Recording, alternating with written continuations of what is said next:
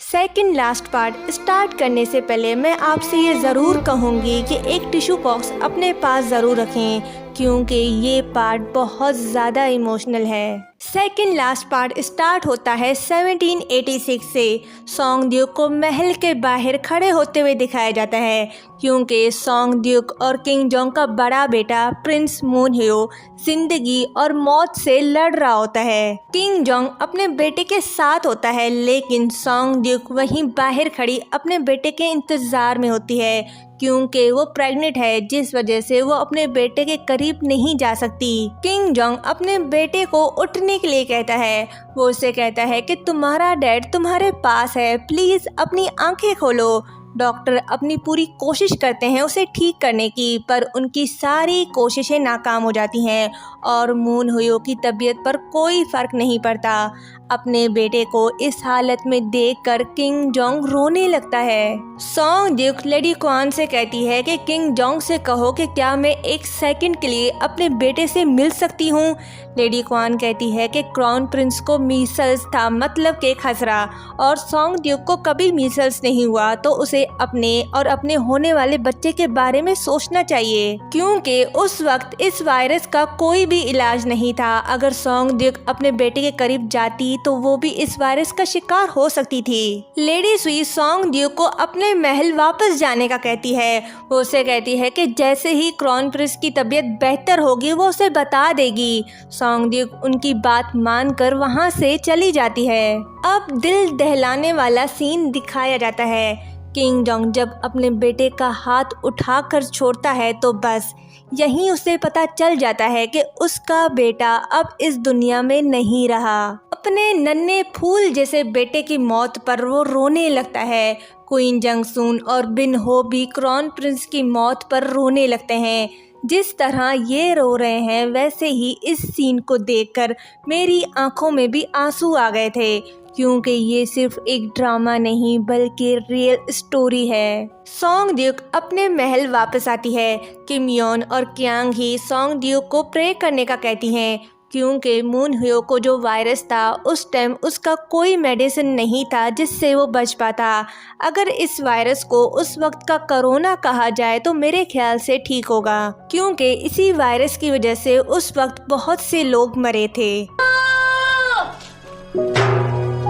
Song Duke जैसे ही pray करने के लिए आगे बढ़ती है तो पूरे महल में ये ऐलान गूंज रहा होता है कि क्राउन प्रिंस अब नहीं रहा।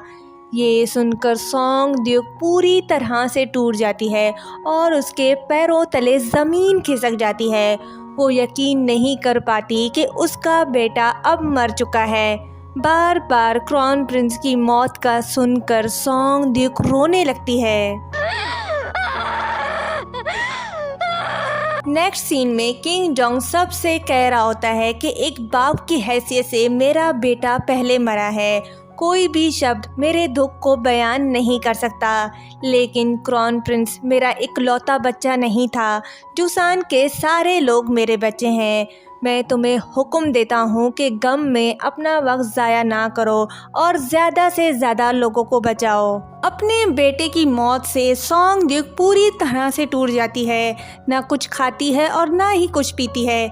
दुख की बात यह है कि वो अपने बच्चे से आखिरी बार मिल भी नहीं पाई। बिन हो उसे खिलाने की कोशिश करती है, पर सॉन्ग ड्यूक कुछ नहीं खाती। सॉन्ग ड्यूक की हालत का सुनकर किंग जोंग उसके पास आता है और गुस्से से कहता है कि तुम कब तक उदास रहोगी? तुमने खाना पीना भी छोड़ दिया है। मैं तुमसे पूछ रहा हूँ कि कब तक ऐसे रहोगी? क्या तुम खुद को मारना चाहती हो? बिन हो उसे समझाती है कि सॉन्ग ड्यूक के साथ ऐसे बात ना करे, तो किंग जोंग बिन हो और लेडी सुई से बाहर जाने का कहता है। उनके जाने के बाद वो सॉन्ग ड्यूक के पास बैठ जाता है और उसे कहता है कि वो अकेली नहीं जिसने अपना बच्चा खोया है। इस सिटी में 100 से ज़्यादा बच्चे मरे हैं और पूरे कंट्री में कितने लोग मरे हैं वो काउंट भी नहीं कर सकते। सॉन्ग ड्यूक कहती है कि वो इस बारे में जानती है और वो उसकी बात समझ गई है। किंग जोंग कहता है कि अगर तुम जानती हो तो इस तरह का बिहेव कैसे कर सकती हो।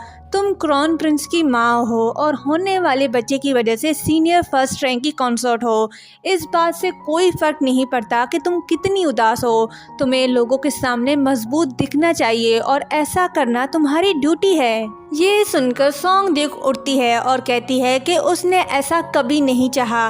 क्या उसे सब कुछ बर्दाश्त करना पड़ेगा सिर्फ इसलिए कि उसे वो चीज़ मिली जिसकी उसे कभी ख्वाहिश नहीं की। और कहती है कि मैंने अपना बच्चा जिसे मैंने जन्म दिया वो मर गया है, तो क्या मैं अपनी मर्जी से रो भी नहीं सकती। किंग जोंग कहता है कि क्राउन प्रिंस उनका इकलौता बच्चा नहीं था, उनका एक और बच्चा भी है जो उसके पेट में सिर्फ उसके भरोसे पल रहा है। वो उसे कहता है कि वो उसका बाप है पर वो उनकी केयर नहीं कर सकता। उसके पास सिर्फ उसकी माँ है जो उसका ख्याल रख सकती है। वो क्राउन प्रिंस को प्रोटेक्ट नहीं कर सका, इसलिए सोंगड्यूक उससे जितना चाहे नाराज़ हो सकती है, लेकिन एक माँ की हैसियत से वो अपनी जिम्मेदारियाँ पूरी करे। ये कहते ही वो चला जाता है। 잠시 혼자 있겠다. सोंगड्यूक को समझाने के बाद वो अपने बेटे के कमरे में जाता है।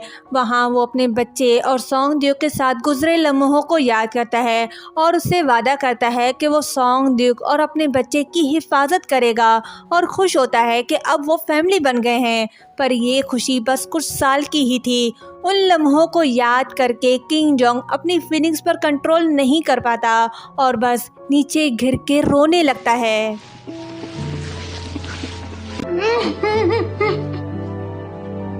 आखिरकार सोंगड्यूक अपने और अपने बच्चे का ख्याल रखने लग गई है। अब उसने खाना पीना भी स्टार्ट कर दिया है। वो लेडी सुई से अपने दोस्तों के बारे में पूछती है तो लेडी सुई उसे सही जवाब नहीं देती, जिससे सोंगड्यूक समझ जाती है कि कोई तो बात है जो उससे छुपाई जा रही है। वो लेडी सुई से पूछती है कि क्या बात है, क्या कुछ ऐसा है जो उससे छुपाया जा रहा है।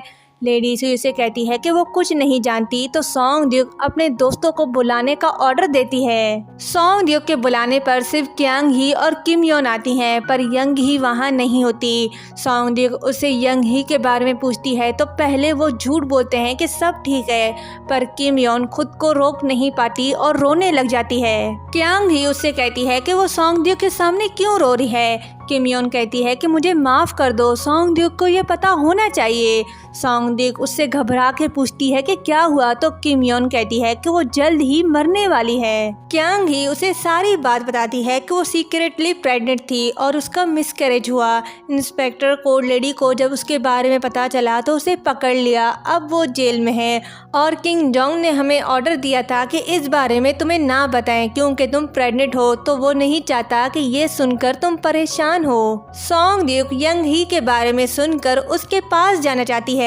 किम योन और क्यांग ही उसे जाने से रोकती हैं, तो सोंगड्यूक उसे कहती है कि अगर तुम लोग नहीं चलना चाहते तो मैं अकेली चली जाती हूँ। सोंगड्यूक जेल जाती है तो लेडी क्वान उसे अंदर जाने से रोकती है। सोंगड्यूक उसे कहती है कि मैं क्राउन प्रिंस की माँ हूँ, क्या तुम मुझे नीचा दिखा रही हो क्योंकि वो मर गया है। सोंगड्यूक की बातें सुनकर क्वान बस उसे अकेले ही यंग ही के पास जाने देती है और उसे कहती है कि जितनी जल्दी हो सके उससे मिलकर आओ। सोंगड्यूक उसे थैंक्स बोलती है और कहती है कि उसका ये एहसान वो कभी नहीं भूलेगी।